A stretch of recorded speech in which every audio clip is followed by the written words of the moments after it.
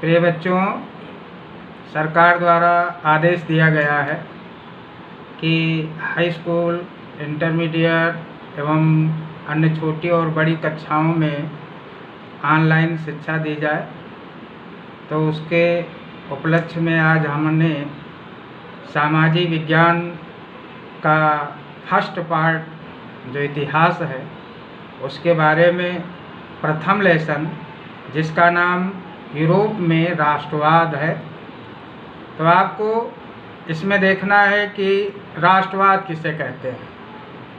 राष्ट्र के प्रति निष्ठा, उसकी प्रगति और उसके प्रति सभी नियम और आदर्शों को बनाए रखना राष्ट्रवाद कहलाता है।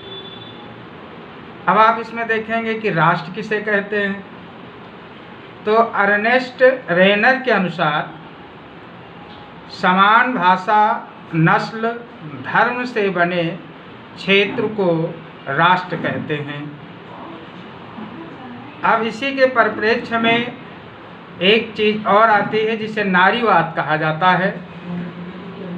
तो स्त्री पुरुष की सामाजिक, आर्थिक एवं राजनीतिक सोच के आधार पर महिलाओं का अधिकार नारीवाद कहलाता है।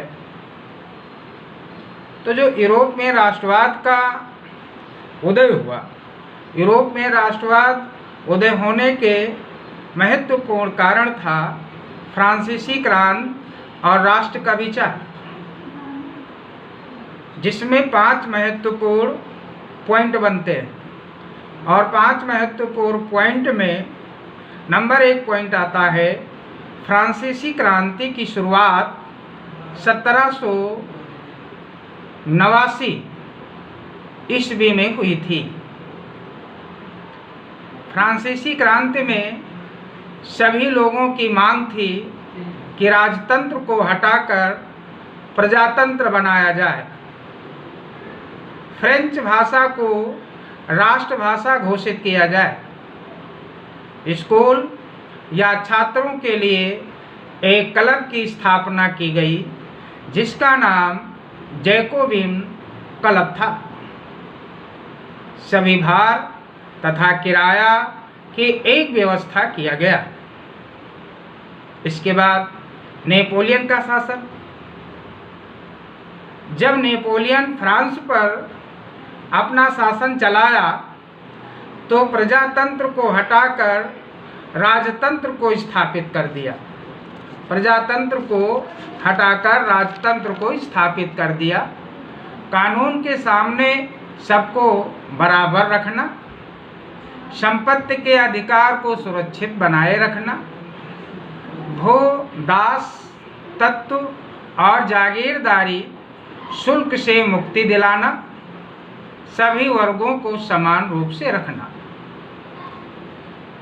इसके बाद दूसरा पॉइंट आपका बनता है इटली का एकीकरण। 19वीं सदी के मध्य इटली 7 राज्यों में विभाजित हो गया।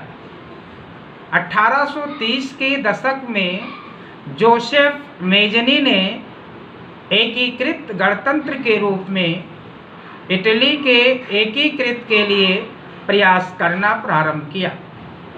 मेजनी, काबूल एवं गेरिबाल्डी ने मिलकर इटली का एकीकरण संभव बनाया।